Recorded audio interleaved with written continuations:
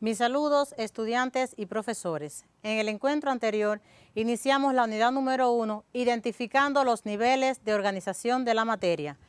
Es muy importante que recordemos aquí cuáles son estos niveles de organización de la materia, como bien aparecen representados en la diapositiva. Aquí tenemos el nivel atómico, que si bien recuerdan es el primer nivel y el de menor complejidad. Le sigue el nivel molecular y, como bien pueden observar y recordar, se clasifica en niveles abióticos. Aquí vamos a recordar que el prefijo abio aquí es no presencia de vida. Y le sigue el nivel celular, que a partir de este se manifiesta la vida, por eso se clasifica como el primer nivel biótico. Continúa el organismo, población, comunidad y biosfera, y como son donde se manifiesta la vida, estos se clasifican en niveles bióticos. Destacar, muy importante, este elemento, que según aumentan de tamaño, aumentan su nivel de complejidad y el requerimiento energético. Y teniendo en cuenta estos elementos, quedó una actividad independiente, que dice: en el organopónico de una escuela hay sembradas diversas hortalizas. Los estudiantes observaron una planta de col afectada por la plaga del pulgón de la col y aplicaron como control biológico al Bacillus thuringiensis, que son bacterias que parasitan a los pulgones. ¿Qué debían realizar? Identifica los niveles de organización de la materia en los ejemplos subrayados. Ordénalos según su complejidad y explica la relación entre dos de ellos. Recuerden que la actividad 3 de la página 24 y 30 era para su profundización. ¿Cómo debía haberles quedado la realización de esta actividad independiente? Bueno, el primer ejemplo subrayado en este caso era el organopónico, que debían haberlo identificado como el nivel de comunidad. Le sigue una planta de col, que ya bien lo dice, una planta, por lo tanto, constituye el nivel de organismo. La plaga del pulgón de la col, en este caso es una población, porque no hablamos de un solo organismo, sino de la plaga de varios organismos de una misma especie. Y bacterias, Bacillus thuringiensis es una población. Destacar aquí que constituye una población porque bacterias, si se dan cuenta, está en plural, por lo tanto, estamos en presencia de varios organismos de una población.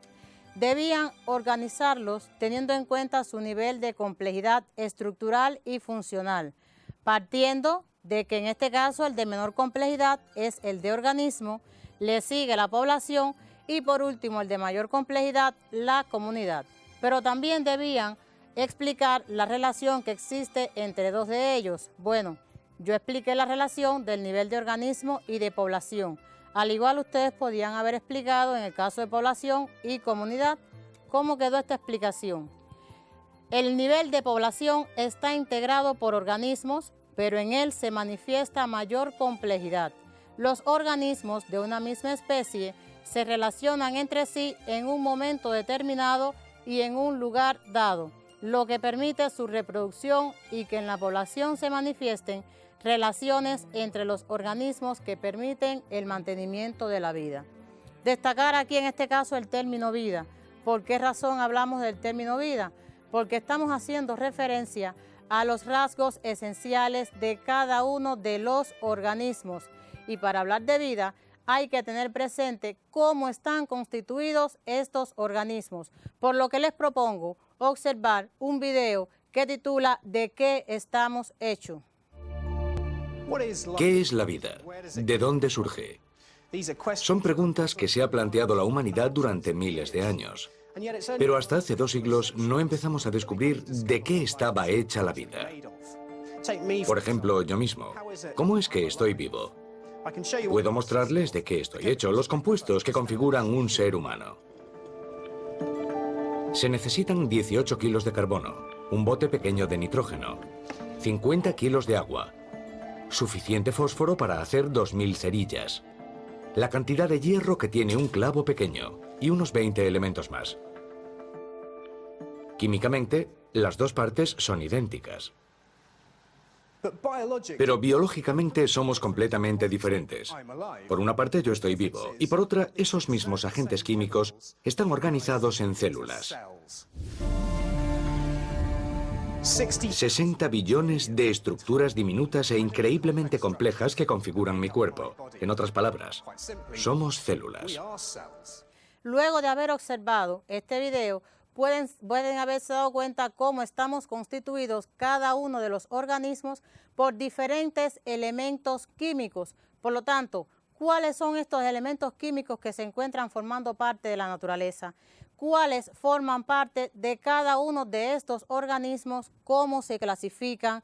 ¿Cuáles están en mayor o menor cantidad? Bueno, yo les propongo en el día de hoy, como tema de la clase, componentes químicos de la vida.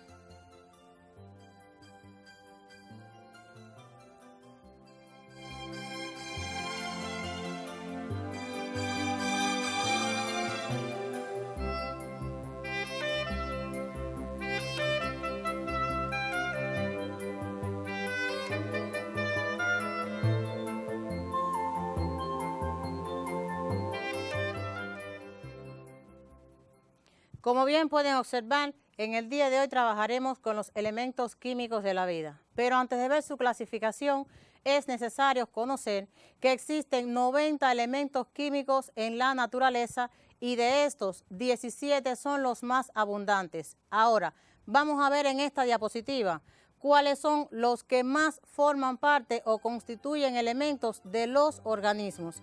Aquí aparece bien claro cada uno de estos elementos y el porcentaje en que se encuentran en los organismos. Está el hidrógeno con un 60,2%, el oxígeno con un 25,5%, el carbono con 10,5% y el nitrógeno con 2,42% aproximadamente. Por lo tanto, se pueden haber dado cuenta la gran cantidad de elementos y el porcentaje que forman parte de estos organismos, pero además de estos existen otros, lo que en menor cantidad. Vamos a ver ahora cómo se clasifican estos componentes químicos de la vida. Tienen dos clasificaciones, están los inorgánicos y los orgánicos. ¿Cuáles estudiaremos en el caso de los inorgánicos? Ahí se encuentra el agua y las sales minerales. Y en el caso de los orgánicos están los carbohidratos, ácidos nucleicos, proteínas, vitaminas y lípidos. Esto lo pueden encontrar en la página 12 de su libro de texto que le va a permitir su profundización. Les doy un tiempo para que copien esta diapositiva.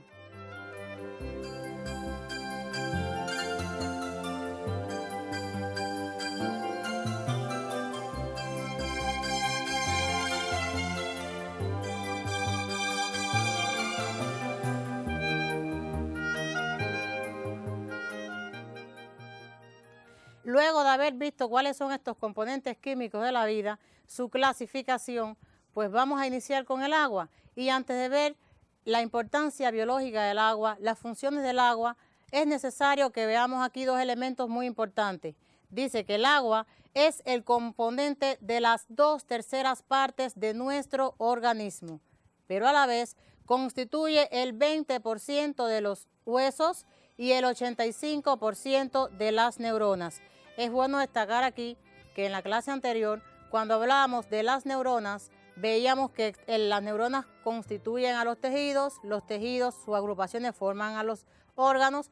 Por lo tanto, ¿qué quiero destacar en este caso? Que vean la cantidad de agua que forma parte de cada una de las células y que recuerden que somos organismos pluricelulares. Por lo tanto, nuestro organismo contiene gran cantidad de agua. Pero antes de pasar a la próxima diapositiva, quiero que observen un video del por qué hay que cuidar el agua, para que vean la importancia del por qué es necesario cuidar esta molécula tan importante.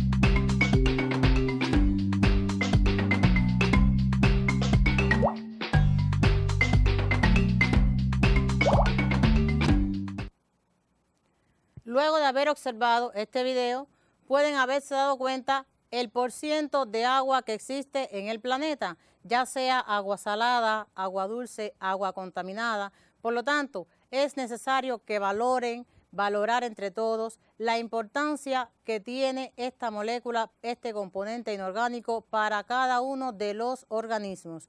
Por lo que le propongo observar ahora cuáles son las funciones del agua, que también podemos mencionarla como importancia biológica.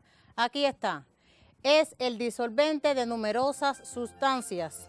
A la vez, es el medio donde se realizan las reacciones metabólicas.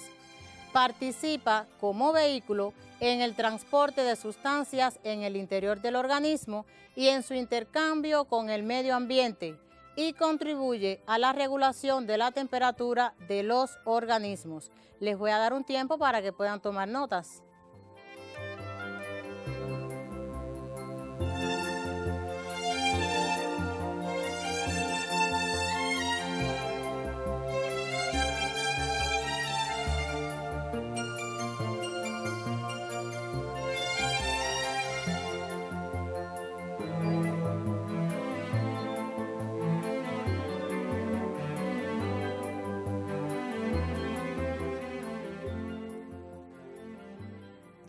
Ahora, luego de haber visto el agua entre los componentes inorgánicos, pues nos quedan las sales minerales.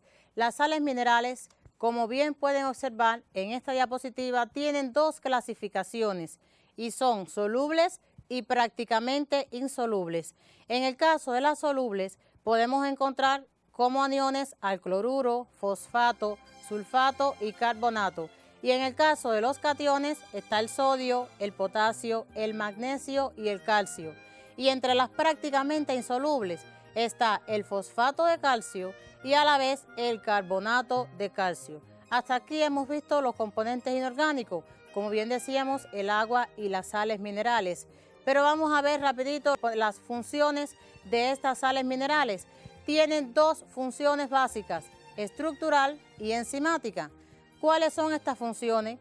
Son necesarias en la formación de algunas biomoléculas como la hemoglobina y la clorofila. Es muy importante destacar que cuando hablamos de hemoglobina, recuerden que este término es básico de la sangre, que constituye un tejido conjuntivo en los animales. Y la clorofila es una estructura que se encuentra formando parte de los cloroplastos en las células vegetales, en las partes como parte de las hojas, donde se realiza el proceso de fotosíntesis. Otra función, que son constituyentes de tejidos y órganos. Otra, que son activadores de enzimas. Y por último, contribuyen a mantener el equilibrio ácido básico y el osmótico del organismo. Le voy a dar un tiempo para que puedan tomar notas.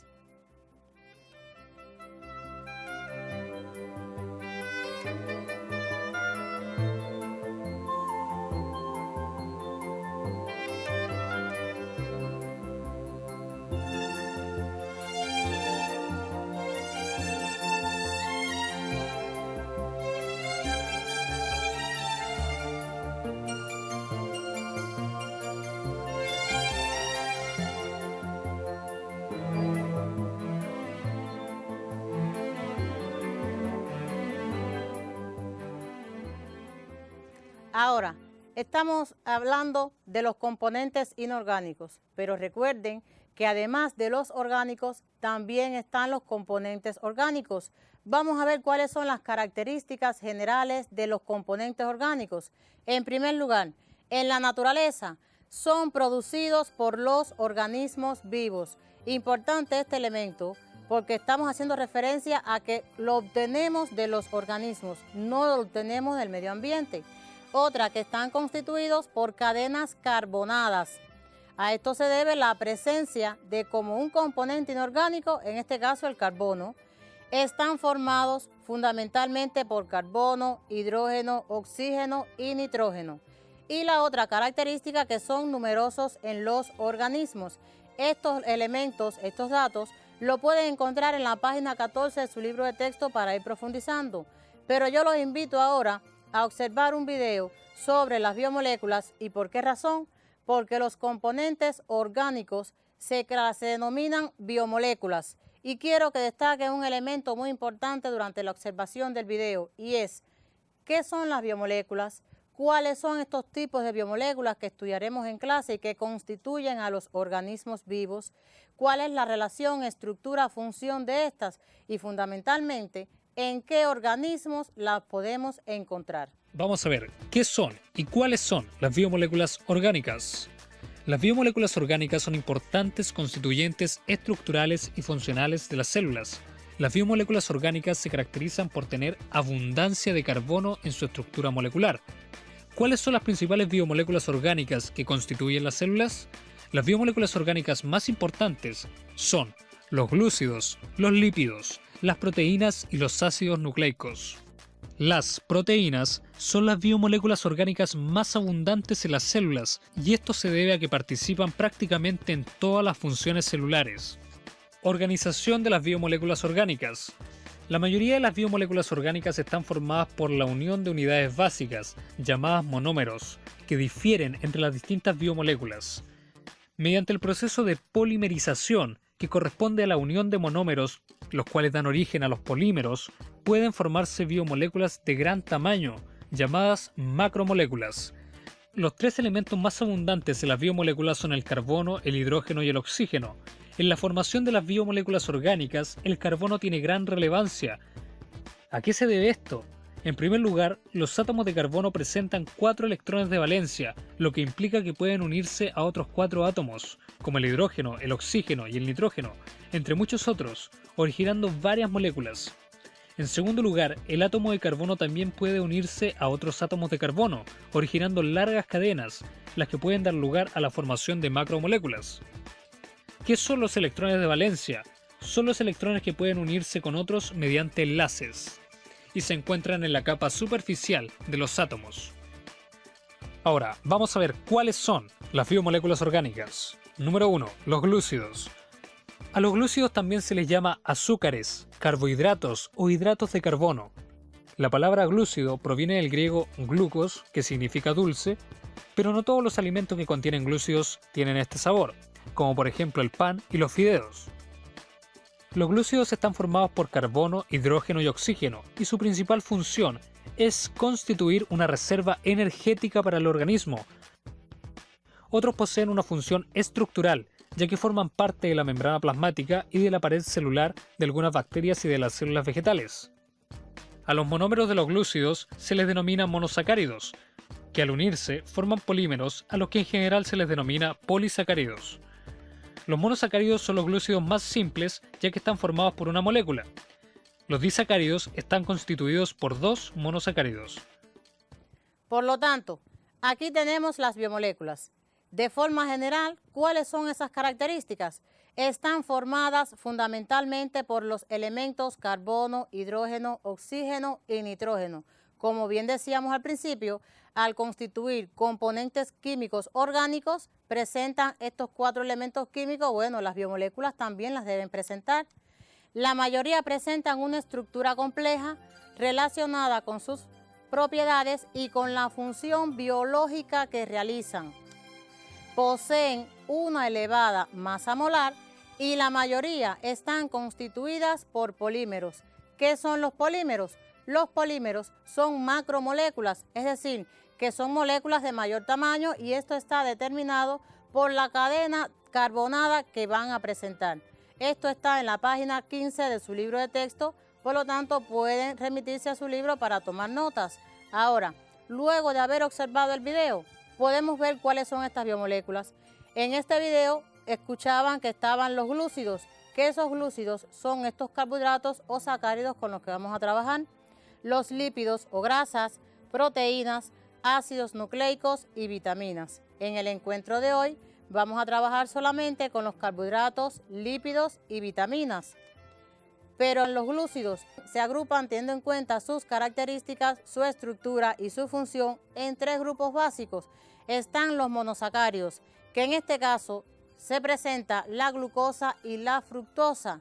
La glucosa es bueno destacar que es una molécula básica en los procesos metabólicos de los organismos. ¿Por qué? Porque las plantas en su proceso de síntesis, durante el proceso de fotosíntesis, son las que forman esta molécula. Y es una molécula básica en los animales porque en el proceso de respiración celular hay que tener presente que esta molécula se degrada y es lo que permite que liberemos al medio ambiente el dióxido de carbono, vapor de agua y obtengamos ATP como fuente de energía metabólicamente utilizable. El otro grupo de carbohidratos están los olisacáridos. Ahí están la lactosa y la sacarosa, que es la que conocemos como el azúcar común. Y entre los polisacáridos está el glucógeno, el almidón y la celulosa. Ahora, ¿dónde podemos encontrar el glucógeno? Lo pueden observar aquí en los animales, en estos gránulos de glucógeno en células hepáticas. ¿Dónde se encuentran esas células hepáticas? En el hígado y en los músculos de los organismos. Y en el caso del almidón, lo podemos encontrar en cereales como el maíz, el arroz, entre otros que conozcan, y además en tubérculos como la papa. ¿Cómo se pueden observar? Miren la presencia de los gránulos de almidón en las células eucariotas vegetales. Por lo tanto, ¿cuáles son las funciones que realizan los carbohidratos en los organismos? Aquí está representado. Constituye una fuente y a la vez una forma de almacenar energía y forman parte de estructuras celulares. Aquí está representada cuáles estructuras celulares. ¿Por qué aparece esto? Porque forman parte de la pared celular de las plantas, que son las que permiten el sostén, protección y rigidez de estas plantas. Les doy un tiempo para que puedan tomar notas.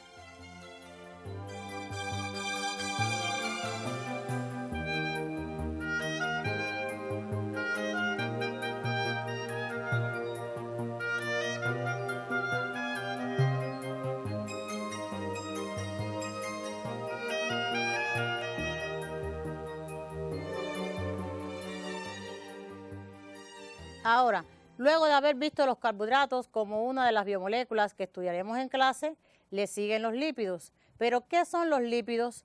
¿Cómo se clasifican?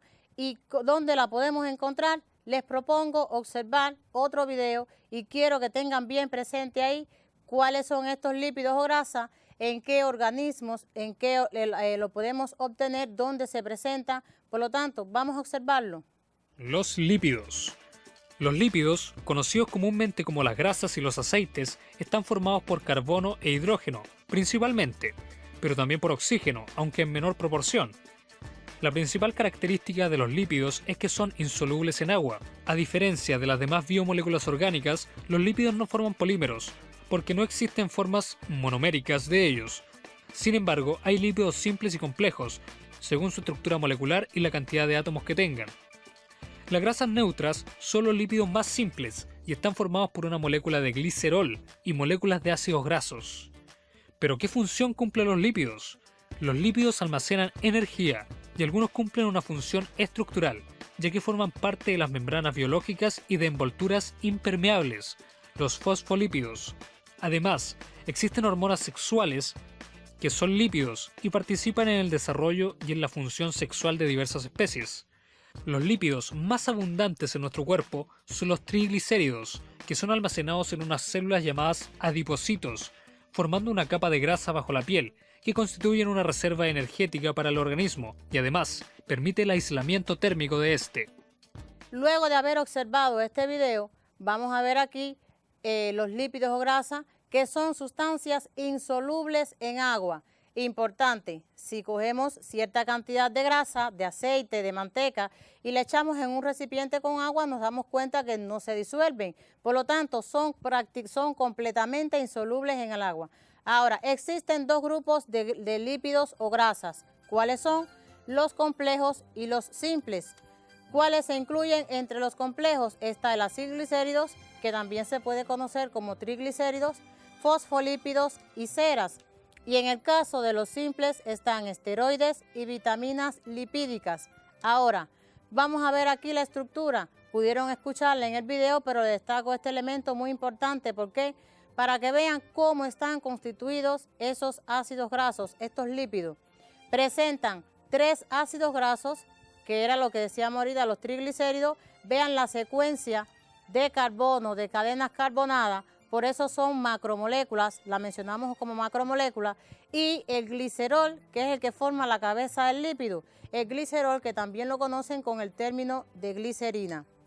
Ahora, ¿cuáles son las dos clasificaciones básicas? Saturados, que pueden también clasificarse como grasas malas, es uno de los términos con los que podemos escucharlo, y los insaturados, que también lo podemos escuchar como grasas buenas.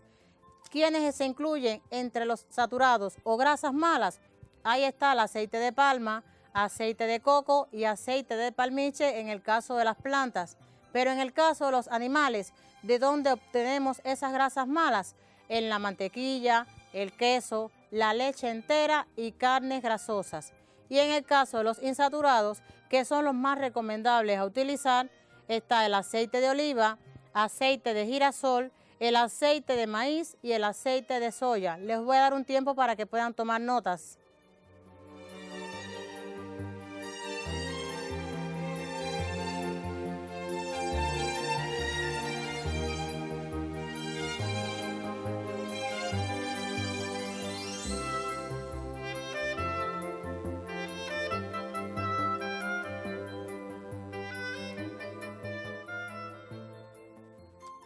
Ahora, destacar este elemento muy importante. Estamos hablando de grasas y las grasas no todas son dañinas en el organismo. Por lo tanto, aquí aparece un ejemplo de aterosclerosis.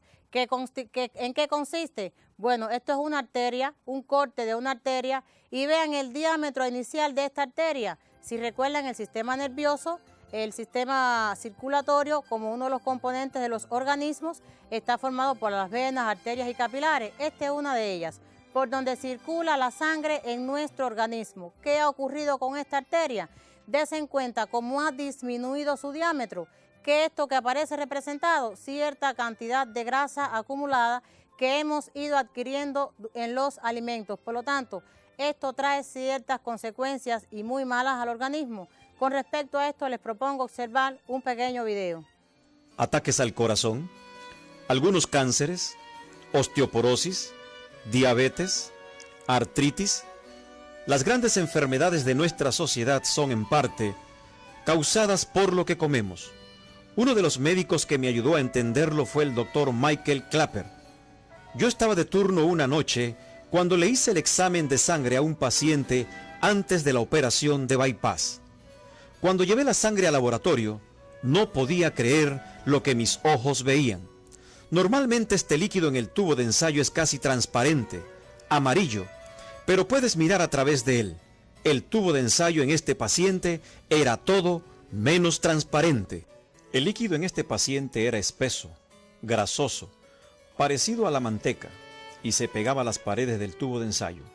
Fui a hablar con el paciente y le dije: «Señor Phillips, ¿usted comió antes de venir al hospital?» Y él me dijo: «Sí». Le pregunté: «¿Y qué comió?» Y él respondió: un cheeseburger, papas fritas, un milkshake.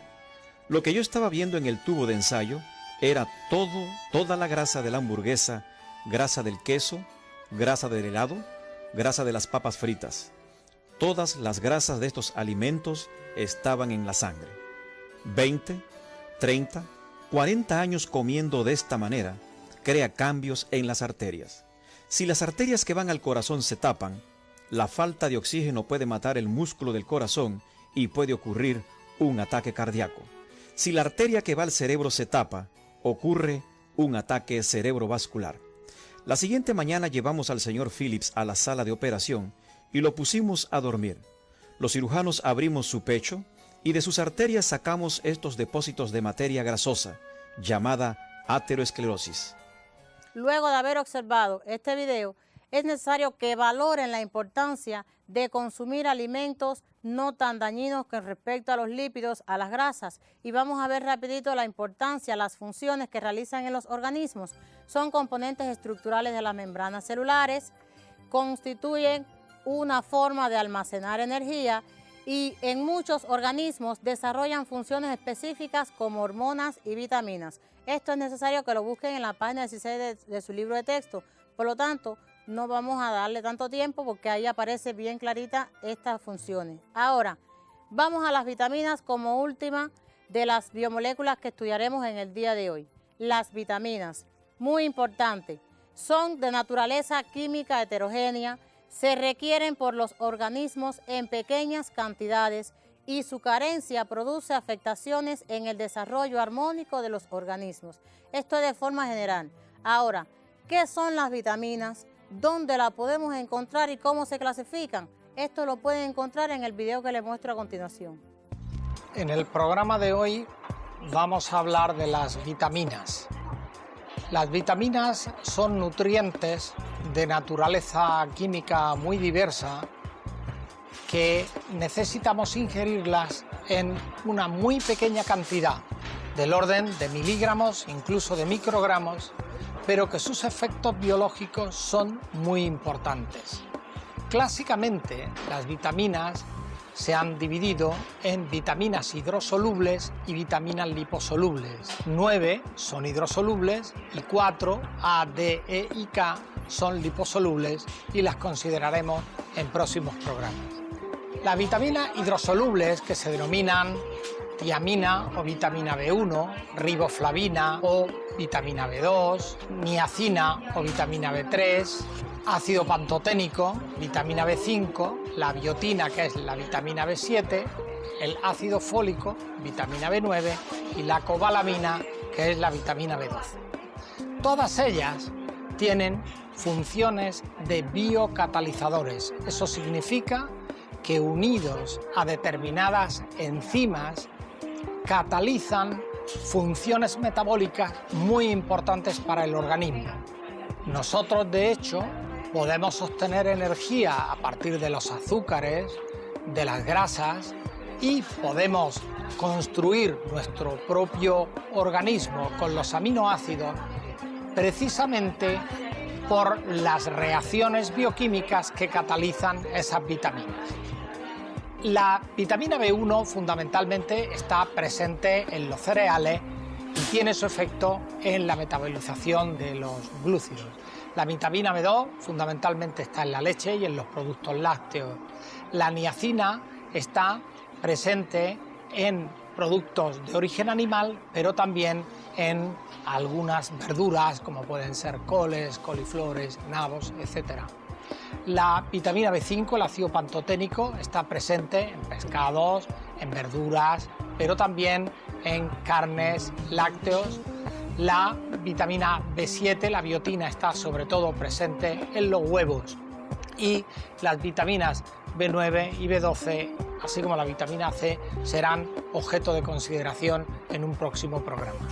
Cuando no se ingieren vitaminas en suficiente cantidad, aparecen enfermedades que se denominan carenciales y síndromes típicos de deficiencia como el beriberi o algunas anemias perniciosas como el déficit de vitamina B12 o el déficit de vitamina C presente, como bien se sabe, en los cítricos.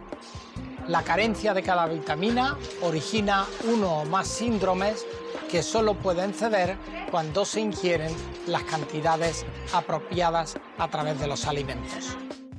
Luego de haber observado el video, aquí aparecen las dos clasificaciones de vitaminas, hidrosolubles y liposolubles. En el caso de las hidrosolubles están la vitamina C, vitaminas del complejo B, y de las liposolubles, vitaminas A, D, E y K. Ahora, la función que realizan estas vitaminas en los organismos: participan en la regulación del metabolismo, muchas de ellas funcionan como coenzimas y cada vitamina realiza una función biológica específica en el organismo. Esto está en la página 24 de su libro, por lo tanto pueden remitirse hasta allá. Aquí tenemos rapidito algunos ejemplos de vitaminas y dónde la podemos encontrar. En el caso de la vitamina A en algunos vegetales, pero su carencia, destacar que produce ceguera nocturna y alteraciones en la estructura y función de la piel. En el caso de la vitamina B, aquí aparecen algunos elementos en los que lo podemos encontrar. La vitamina C interviene en la educación, adecuada conservación de sustancias intercelular y favorece la absorción del hierro, entre otras funciones. Y su carencia, aparece aquí representado el escorbuto, que es uno de los síntomas, la inflamación de las encías, de la carencia de esta vitamina. Está la vitamina D, que participa en la formación de huesos y en la absorción del calcio y el fósforo, y una de las carencias de esta es la presencia del raquitismo. Pueden observar aquí las deformaciones de las extremidades inferiores. Y en este caso, la vitamina E, que es considerada la vitamina de la fecundidad, su carencia produce atrofia del epitelio germinativo de los testículos y en la mujer puede provocar abortos y contribuye a la regulación del nivel de colesterol en sangre. Y por último, la vitamina que participa en el proceso de coagulación sanguínea. Por lo tanto, hasta aquí hemos visto cuáles son los componentes inorgánicos, los componentes orgánicos de forma general, la relación estructura-función de esto y en qué organismos lo podemos encontrar. Para terminar nuestra clase de hoy, les propongo observar un video que quiero que reflexionen el por qué la importancia de cuidar el agua y a partir de esto reconocer que constituyen elementos químicos, ya sean orgánicos o inorgánicos, los que podemos obtener de la naturaleza y de los organismos. Les propongo la actividad independiente y nos despedimos hasta un próximo encuentro de Biología para la Vida.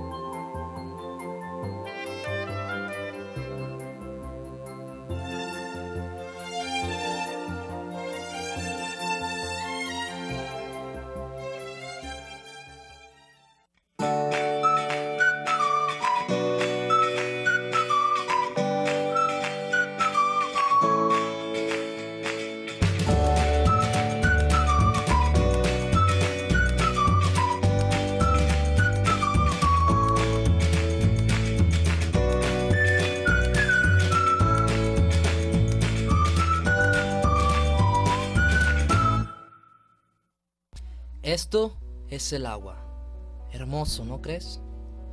Pero, ¿qué harías tú si te dijera que todos estos lugares se están deteriorando, perdiendo su esencia, su color, su vida?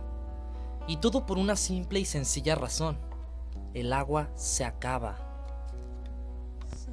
Pero, ¿por qué? ¿Qué es lo que está pasando? ¿A qué se debe todo esto? La respuesta es muy fácil y creo que tú ya lo sabes. Los responsables de todo esto somos nosotros, por tener esos malos hábitos de hacer todo sin pensar en sus consecuencias futuras, ya que no buscamos soluciones a largo plazo, buscamos soluciones a corto plazo. Por ende, día a día grandísimas cantidades de agua son desperdiciadas y contaminadas. En el mundo hay más de 1 billón de personas que no tienen acceso a agua limpia. Aquí es tan fácil como ir a la cocina, abrir el grifo y usar toda el agua que queramos. Ellos tienen que recorrer horas y horas por zonas áridas solo por unos cuantos litros de agua. Agua que mayoritariamente está sucia. Esta agua produce amibasis, anemia, cólera, diarrea, malaria, hepatitis, tifoidea y muchísimas enfermedades más. Ahora imagínate estar en el lugar de esas personas, vivir lo que ellas viven cada día, todos los días. Afortunadamente en nuestra ciudad de momento no sufrimos por escasez de agua, pero esto no significa que así vaya a ser para siempre. Si seguimos desperdiciando y contaminando el agua, al paso que vamos pondremos en riesgo la vida y salud de nuestros hijos, de nuestros nietos. Y a pesar de todo, aún estamos a tiempo de cambiar lo que parece ser un futuro árido y sin esperanza, de hacerlo más conveniente para la población futura. No a nosotros, hay que dejar de ser egoístas y cambiar nuestras costumbres para bien. No más al desperdicio de agua, ya que no debemos escatimar de ella. No ignorar a las autoridades cuando dicen que cuidemos el agua. Y aún existen muchísimas formas de cuidar el agua. Es muy fácil. Coloca 1 o 2 botellas llenas de agua dentro del compartimiento de recarga del inodoro. Cierra la llave mientras te cepillas los dientes o te afeitas. Llena la lavadora a su máxima capacidad cada vez que la utilices. Riega el jardín temprano en la mañana o al anochecer para evitar la evaporación del agua. Vigila el estado de los grifos de tu casa y repáralos si gotean. Cierra la llave del baño mientras te enjabonas. Utiliza un plato hondo para lavar frutas y verduras y aprovecha esta agua para regar plantas. Lava el auto usando una cubeta, ya que gasta mucho menos agua que cuando usas la manguera. ¿Lo ves? No es tan difícil, solo es cuestión de convicción.